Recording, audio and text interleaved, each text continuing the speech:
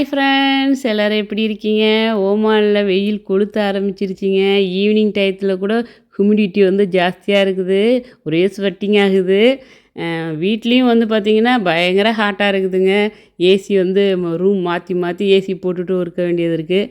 AC off பண்ணோன்னா பயங்கரமாக sweating ஆகும். அப்புறம் அதை தொடர்ந்து தலைவலி, ஃபீவர் அந்த மாதிரி வந்துட்டுருக்குது. ஒன் டே லைட்டாக அப்படியே வெளியில் வந்து அப்படியே வெயிலில் கொஞ்சம் நேரம் போயிட்டு வந்ததுக்கே வந்து பார்த்திங்கன்னா ஹெல்த் இஷ்யூ வந்துருச்சுங்க. இப்போ தான் டேப்லெட்லாம் போட்டு கொஞ்சம் சரியாயிடுச்சு. அதனாலேயே வந்து பார்த்திங்கன்னா இந்த பக்ரீத்துக்காக 5 டேஸ் ஹாலிடே விட்டுருந்தாங்க. நாங்கள் எங்கேயுமே போகல, வீட்டில் தான் இருந்தோம். லாஸ்ட்டாக எங்கே போனோம் அப்படின்னு பார்த்தீங்கன்னா, லாஸ்ட் மந்த்து ஜபல் ஹட்டுக்கு தாங்க போயிருந்தோம். உண்மையிலே ஜபல் ஹட்டில் வந்து பரவாயில்ல, வெதர்லாம் ரொம்ப சூப்பராக இருந்தது. நாங்கள் போனப்போ வந்து பார்த்திங்கன்னா ஓரளவுக்கு நார்மல் வெதராக இருந்தது. அப்புறம் டைம் ஆக ஆக அப்படியே வந்து டெம்பரேச்சர் குறைஞ்சி குளிர ஆரம்பிச்சிருச்சிங்க. சூப்பராகவே இருந்தது. ஓமானில் வந்து இப்போ இருக்கிறவங்களாக இருந்தால் இந்த மாதிரி சம்மர் டயத்தில் டைம் ஸ்பெண்ட் பண்ணுறதுக்கு நீங்கள் வந்து இந்த ஜபல் ஹட்டு, ஜபல் ஷாம், தென் வந்து ஜபல் அக்தர் இந்த மாதிரி ஹில் ஸ்டேஷனுக்கு போகலாம்.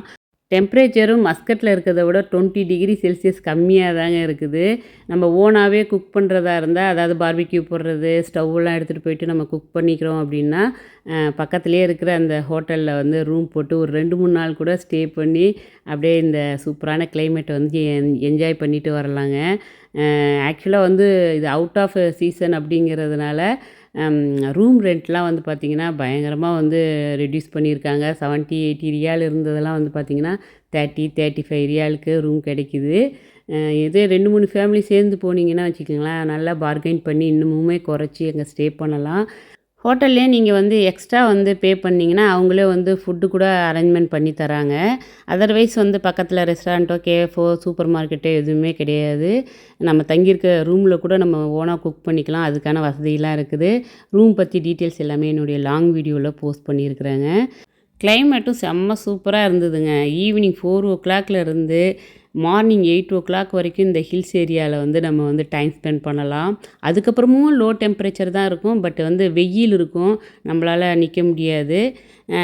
தட் டைம் வந்து பார்த்திங்கன்னா நம்ம ரூமில் டைம் ஸ்பெண்ட் பண்ணிவிட்டு அகைன் வந்து ஈவினிங் 4 மேலே நம்ம இந்த ஹில்ஸ் ஏரியாவில் வந்து டைம் ஸ்பெண்ட் பண்ணலாம்.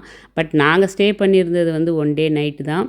இங்கேருந்து போனோன்னே நைட்டு ஸ்டே பண்ணிவிட்டு நெக்ஸ்ட் டே காலையில் வந்து பார்த்திங்கன்னா சன்ரைஸ் பார்த்துட்டு அப்படியே பிரேக்ஃபாஸ்ட்டும் சாப்பிட்டுட்டு அப்படியே கிளம்பிட்டோம். பிரேக்ஃபாஸ்ட்டுக்கு வந்து நாங்கள் தனியாக பே பண்ணியிருந்தோம் 5 ரியால். ஸோ அவங்களே பிரேக்ஃபாஸ்ட் ரெடி பண்ணி கொடுத்தாங்க. என்னை பொறுத்த வரைக்கும் இந்த சம்மர் டேஸில் வந்து அப்படியே பிக்னிக் போகிறதுக்கு வந்து இந்த மாதிரி ஹில்ஸ் ஏரியா தான் சஜஷன் பண்ணுவேன். ஓகே ஃப்ரெண்ட்ஸ், நெக்ஸ்ட் வீடியோவில் மீட் பண்ணுவோம். பை. தேங்க்ஸ் ஃபார் வாட்சிங்.